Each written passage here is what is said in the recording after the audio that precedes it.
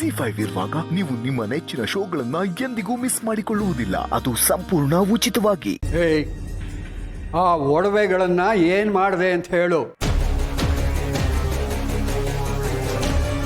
ಅವುಗಳನ್ನೆಲ್ಲ ಈಗಿಂದೀಗಲೇ ತಗೊಂಡು ಬಾ. ಅದು ಹೇಗಾಗುತ್ತೆ ತಾತ? ನನ್ನ ಒಡವೆನೆಲ್ಲ ಗಿರ್ವೆ ಇಟ್ಬಿಟ್ಟಿದ್ದೀನಿ.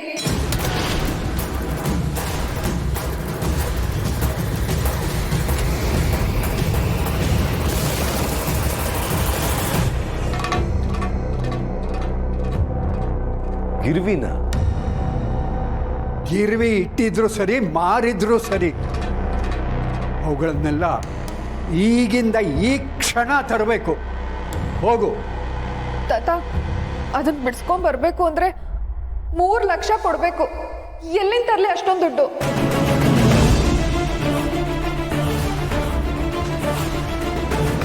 ಅಂದ್ರೆ ಒಡವೆನೆಲ್ಲ 3 ಲಕ್ಷಕ್ಕೆ ಗಿರ್ವಿ ಇಟ್ಟಿದ್ಯಾ?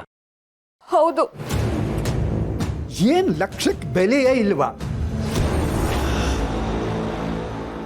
ಏನ್ ಮಾಡಿದೆ ಅಷ್ಟೊಂದು ದುಡ್ಡು? ಅದನ್ನ ಮಾತ್ರ ಕೇಳ್ಬೇಡಿ ತಾತ.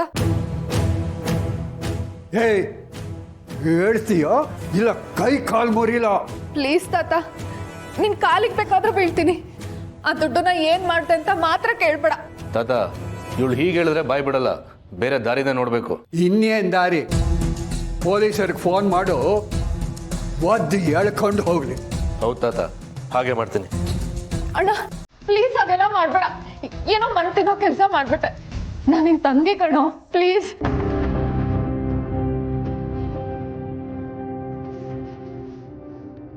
ಅದಕ್ಕೆ ಪ್ಲೀಸ್ ನೀವಾದ್ರೂ ಹೇಳಿ, ನಾನು ಪ್ರೆಗ್ನೆಂಟ್. ಅದಕ್ಕೆ ಸಂಧ್ಯಾ, ನೀನು ಪ್ರೆಗ್ನೆಂಟ್ ಅಂತ ನಾವು ಅನುಕಂಪ ತೋರಿಸ್ತೀವಿ ಅಂದ ಮಾತ್ರಕ್ಕೆ ನೀನು ಏನು ಬೇಕಾದರೂ ಮಾಡ್ಬೋದು ಅಂತಲ್ಲ. ಈ ವಿಷಯದಲ್ಲಿ ನಾನು ನಿನ್ನ ಪರವಾಗಿ ನಿಂತರೆ ಅನ್ಯಾಯಕ್ಕೆ ಬೆಂಬಲ ಕೊಡ್ತಾ ಇದ್ದೀನಿ ಅಂತ ಅರ್ಥ. ಸಮರ್ಥು ತಾತ ಏನೇ ನಿರ್ಧಾರ ತಗೊಂಡ್ರು ಅದಕ್ಕೆ ನನ್ನ ಬೆಂಬಲ ಇದೆ.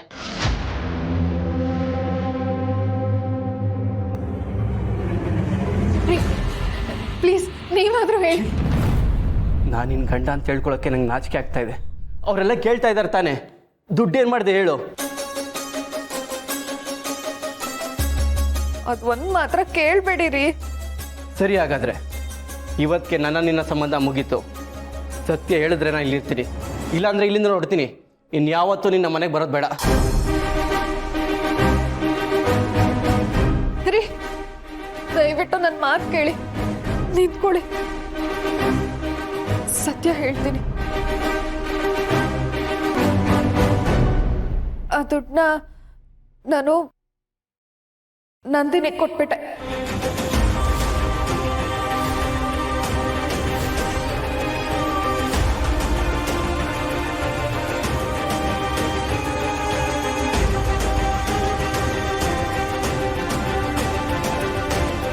ಅವಳು ನಂಗೆ ಸೈಟ್ ಕೊಡಿಸ್ತೀನಿ ಅಂದಿದ್ದಾಳೆ. ಇನ್ನೊಂದು ವಾರದಲ್ಲಿ ನಂಗೆ ಸೈಟ್ ಸಿಗುತ್ತೆ. ಆಮೇಲೆ ಒಡವೆ ಬಿಡಿಸ್ಕೊಡ್ತೀನಿ.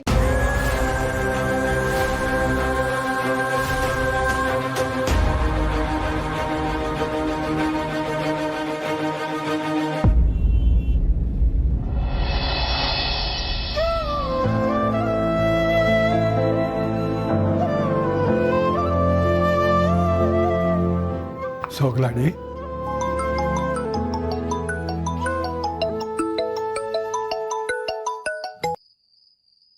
ಹಲೋ ಮಾವ, ಹೇಗಿದ್ದೀರಾ ಎಲ್ಲ? ನಾವೆಲ್ಲ ಆರಾಮಾಗಿದ್ದೀವಮ್ಮ. ನೀವು? ನಾವು ಎಲ್ಲ ಆರಾಮು. ಪಾಪು, ಅವನ ಕೆಲಸ ಏನಾಯ್ತು? ಅದು ನಾಳೆ ಕನ್ಫರ್ಮ್ ಆಗತ್ತಮ್ಮ. ಪುಟ್ಟ, ಹೌದಾ? ಸದ್ಯ ಅವನಿಗೊಂದು ಒಳ್ಳೆ ಕೆಲಸ ಸಿಕ್ಕಿದ್ರೆ ಸಾಕು. ಅಭಿ ಮದುವೆ ವಿಷಯ ಏನಾಯ್ತಮ್ಮ? ಎಲ್ಲ ನಾವು ಅನ್ಕೊಂಡ ಹಾಗೆ ಆಯ್ತು ಪುಟ್ಟ. ಜನಾರ್ದನ್ ಅವರು ಒಪ್ಕೊಂಡ್ರು. ಶೂನ್ಯ ಮಾಸ ಮುಗಿದ್ಮೇಲೆ ಮದುವೆ. ಇಲ್ಲಿ ಮದುವೆ ತಯಾರಿ ಶುರು ಆಗಿದೆ. ಎಲ್ಲ ನಾವು ಅನ್ಕೊಂಡ ಹಾಗಾದ್ರೆ ಸಾಕು. ಓ, ಕೊನೆಗೂ ನೀನು ಅನ್ಕೊಂಡ ಹಾಗೆ ಆಗ್ತಾ ಇದೆಯಾ? ಎಲ್ಲ ನಿಮ್ಮಿಂದ ಮಾವ. ಅವತ್ತು ನೀವು ಜನಾರ್ದನ್ ಅವ್ರ ಮನೆಗೆ ಹೋಗಿ ಬಂದಿರಲಿಲ್ಲ ಅಂದರೆ ಇದ್ಯಾವುದೂ ಆಗ್ತಾ ಇರಲಿಲ್ಲ. ಅವ್ರಿಗೆ ಕಂಕಣ ಬಲ ಕೂಡು ಬಂದಿದೆ ಅಂತ ಕಾಣುತ್ತೆ. ಹಾಗೆ ಕೂಡು ಬಂದ ಮೇಲೆ ಯಾರೂ ಏನೂ ಮಾಡೋಕ್ಕಾಗಲ್ಲ. ಅಮ್ಮ ಅಲ್ಲಿಗೆ ಹೋದ್ಮೇಲೆ ಅಲ್ಲಿ ಎಷ್ಟೊಂದೆಲ್ಲ ಬದಲಾವಣೆ ಆಗ್ತಿದೆ ಅಲ್ವಾ ತಾತ? ಹೌದು ಸೋಗ್ಲಾಳಿ. ಮಲ್ಲಿಗೆ ಎಲ್ಲೇ ಹೋದರೂ ಕಪ್ಪನ್ನೇ ಅಲ್ವಾ ಬೀರೋದದು. ಪುಟ್ಟ, ನನಗೆ ಯಾಕೋ ನಿನ್ನ ಧ್ವನಿ ಬೇರೆ ಥರ ಅನ್ನಿಸ್ತಾ ಇದೆ. ಹುಷಾರಾಗಿದೆಯಾ ತಾನೇ?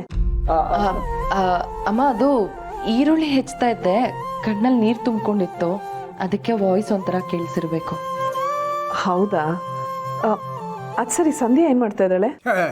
ಅವಳು ಏನು ಎಮ್ಮೆ ಚರ್ಮ ಅಯ್ಯೋ, ಅವಳು ವಿಷಯ ಬಿಡಮ್ಮ.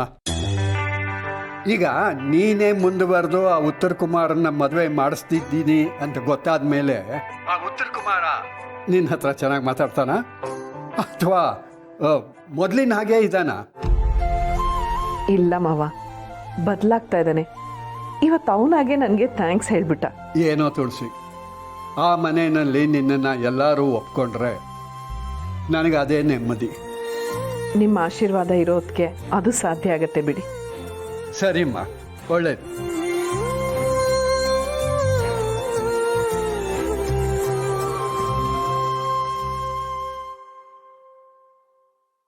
ಏನ್ ತಾತ? ನಿನ್ನ ಜಾಗದಲ್ಲಿ ಬೇರೆ ಯಾರಾದರೂ ಇದ್ದಿದ್ರೆ ತಾವೇ ಫೋನ್ ಮಾಡಿ ನಿನ್ನ ಮಗಳು ನನ್ನ ಒಡವೆನೆಲ್ಲ ಕದ್ದಿದ್ದಾಳೆ ಅಂತ ದೂರು ಕೊಟ್ಟಿರೋಳು. ಅದು ನೀನು ಹೇಳೋದಕ್ಕೆ ಹೊರಟು ನನ್ನನ್ನು ಸನ್ನೆ ಮಾಡಿ ತಡೆದೆ. ಅಪರಂಜಿನಮ್ಮ ನೀನು. ನಮ್ಮ ತುಳಸಿಗೆ ತಕ್ಕ ಸೊಸೆ. ತಾತ, ಅಮ್ಮಂಗೆ ಆ ಮನೆಯಲ್ಲೇ ಸಾಕಷ್ಟು ಸವಾಲ್ಗಳಿದೆ. ಇನ್ನು ನಾನು ಫೋನ್ ಮಾಡಿ ಈ ವಿಷಯದ ಬಗ್ಗೆ ಹೇಳಿ ಅವ್ರಿಗೆ ಯಾಕೆ ತೊಂದರೆ ಕೊಡ್ಲಿ? ಇಷ್ಟಕ್ಕೂ ಈ ವಿಷಯದಲ್ಲಿ ಅವ್ರದ್ದೇನು ತಪ್ಪಿದೆ ಹೇಳಿ?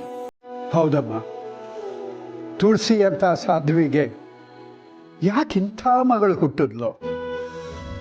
ಇವಳಿಗೂ ಒಳ್ಳೆ ಸಂಸ್ಕಾರ ಕೊಟ್ವಿ, ಚೆನ್ನಾಗೇ ಬೆಳೆಸಿದ್ವಿ. ಆದರೆ ಯಾರ ಸಹವಾಸದಿಂದ ಹೀಗಾಗ್ಲೋ ಗೊತ್ತಿಲ್ಲ.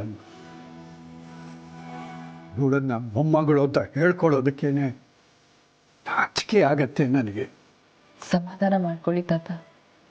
ಅಲ್ಲಮ್ಮ, ನಿನ್ನ ಒಡವೆಗಳನ್ನೇ ಕದ್ದಿದ್ರು ಕೂಡ ಒಂಚೂರು ಬೇಜಾರು ಮಾಡ್ಕೊಳ್ಳದೆ ನನಗೆ ಸಮಾಧಾನ ಮಾಡ್ತಾ ಇದ್ದೀಯಲ್ಲ ತಾಯಿ.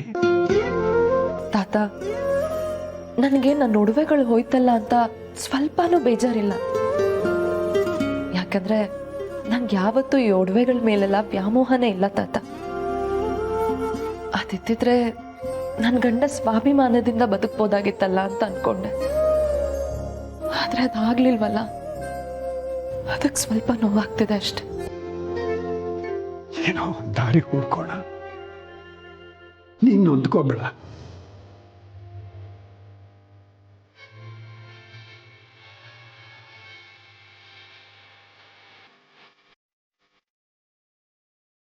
ZEE5 ಆಪ್ ಡೌನ್ಲೋಡ್ ಮಾಡಿ ಎಲ್ಲಾ ಸಂಚಿಕೆಗಳನ್ನು ಸಂಪೂರ್ಣ ಉಚಿತವಾಗಿ ನೋಡಿ.